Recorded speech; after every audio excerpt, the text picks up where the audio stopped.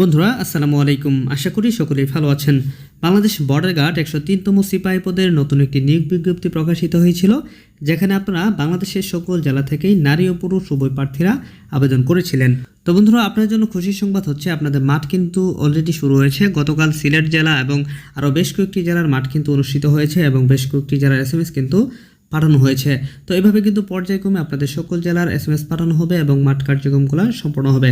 তো বন্ধুরা, আজকের ভিডিওতে আপনাদেরকে জানাবো যে বিজিবি 103তম সিপাহী পদের মাঠ যে অনুষ্ঠিত হবে সেই মাঠে আপনাদেরকে কি কি কাগজপত্র সাথে করে নিয়ে যেতে হবে। সো টপিকটা কিন্তু অনেক গুরুত্বপূর্ণ। আপনি যদি একটা কাগজ বা এখানে কোনো ধরনের ভুল করেন, সেক্ষেত্রে কিন্তু আপনি মাঠ থেকে আপনাকে কিন্তু বের করে দেওয়া হতে পারে।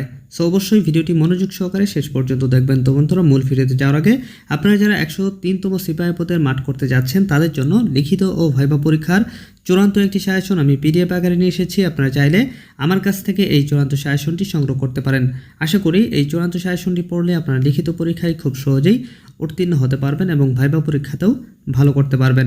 তো এই চূড়ান্ত সাজেশনটি পেতে স্ক্রিনে দেওয়া নাম্বারে রকেট বিকাশ বা নগদের দামমাত্র মূল্য 50 টাকা সেন্ড মানি করে হোয়াটসঅ্যাপ অথবা এর মতো মেসেজ করলেই আমি আপনাদেরকে সাথেই এই চূড়ান্ত সাজেশনটি পাঠিয়ে দিব। তো যাই হোক, মূল আলোচনায় ফিরে আসি।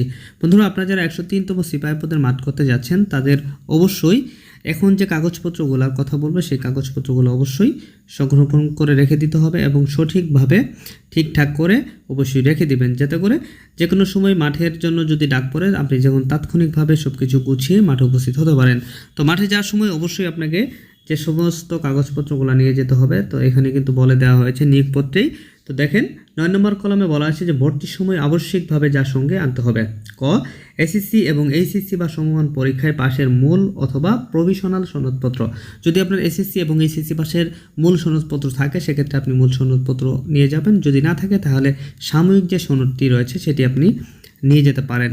দ্বিতীয়ত হচ্ছে সংশ্লিষ্ট স্কুল কলেজের প্রধান শিক্ষক অধ্যক্ষ কর্তৃক SSC বা সমমান এবং HSC বা সমমান পাশের প্রশংসাপত্র, যাতে প্রার্থীর স্থায়ী ঠিকানা ও জন্ম তারিখ উল্লেখ থাকবে। অর্থাৎ আপনি যে স্কুল থেকে পড়েছেন এবং যে কলেজ থেকে HSC পাস করেছেন সে কলেজের প্রিন্সিপালের কাছ থেকে এবং স্কুলের প্রধান শিক্ষকের কাছ থেকে কিন্তু একটা প্রশংসাপত্র নিতে হবে, যেখানে আপনার স্থায়ী ঠিকানা এবং জন্ম তারিখ স্পষ্টভাবে লেখা থাকবে। তারপর হচ্ছে অভিভাবকের অনুমতিপত্র, যা সংশ্লিষ্ট চেয়ারম্যানের কাছ থেকে আপনারা সংরক্ষণ করতে পারবেন। অর্থাৎ আপনি এই পদে আবেদন করেছেন, আপনি মাঠ করতে ইচ্ছুক, সে মর্মে একটা চেয়ারম্যানের কাছ থেকে অনুমতিপত্র আপনারা নিয়ে যাবেন। তারপর হচ্ছে ইউনিয়ন পরিষদ বা পৌরসভা চেয়ারম্যান, ওয়ার্ড কাউন্সিলর এর নিকট হতে বাংলাদেশের স্থায়ী নাগরিকত্বের সনদপত্র, অর্থাৎ আপনি আপনাদের যে চেয়ারম্যান রয়েছে তার কাছ থেকে স্থায়ী নাগরিকত্বের সনদ সংরক্ষণ করবেন।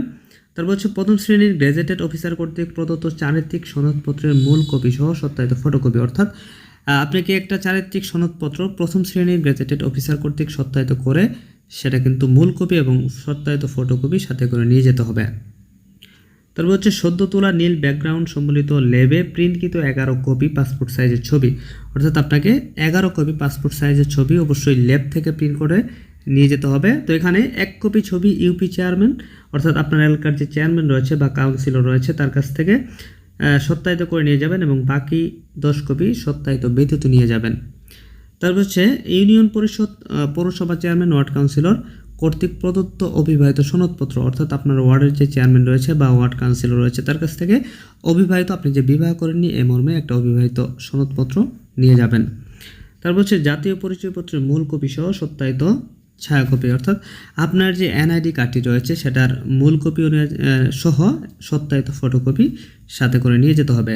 সর্বশেষ আপনাকে যেটা অবশ্যই মাঠে নিয়ে যেতে হবে, যেটা ছাড়া আপনি মাঠের ভিতরেই প্রবেশ করতে পারবেন না, সেটা হচ্ছে আপনার যখন মাঠ অনুষ্ঠিত হবে তার ঠিক 3 দিন আগে আপনার ফোনে একটা SMS পাঠানো হবে। সেই SMS-এ আপনার ইউজার ID এবং পাসওয়ার্ড দেওয়া থাকবে, যা দিয়ে আপনারা joinbordercard.bgb.gov.bd এই ওয়েবসাইটে গিয়ে আপনারা অ্যাডমিট কার্ড ডাউনলোড করতে পারবেন। সেই অ্যাডমিট কার্ডটি কিন্তু অবশ্যই মাঠে ভর্তির সময় সঙ্গে আনতে হবে, অন্যথায় কিন্তু আপনারা মাঠের ভিতরে প্রবেশ করতে পারবেন না। তো এটা কিন্তু মোস্ট ইম্পর্ট্যান্ট।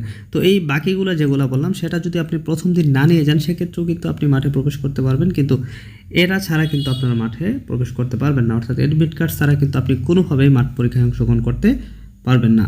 তো সর্বশেষ যেটা বলা হয়েছে যে bgb.gov.bd লিঙ্কে প্রবেশ করে ডাউনলোড অপশানে গিয়ে বিজিবিতে ভর্তি ইচ্ছুক প্রার্থীদের তথ্যাদি ফর্ম ক্লিক করতে হবে এবং ফর্মটি ডাউনলোড পূর্বক উক্ত ফর্মে উল্লিখিত তথ্যাদি যথাযথভাবে পূরণ করে ভর্তির সময় অবশ্যই সঙ্গে আনতে হবে। অর্থাৎ বিজিবির যে ওয়েবসাইটটি রয়েছে সেখানে গিয়ে আপনি ভর্তির একটা ফর্ম রয়েছে, সেই ভর্তি ফর্মটি ডাউনলোড করে পূরণ করে কিন্তু আপনাকে সাথে করে নিয়ে যেতে হবে। বন্ধুরা, আশা করি সম্পূর্ণ বিষয়টি বুঝতে পেরেছেন। তো আজকের ভিডিওটা এখানে শেষ করছি। ভালো থাকবেন সবাই। আসসালামু আলাইকুম।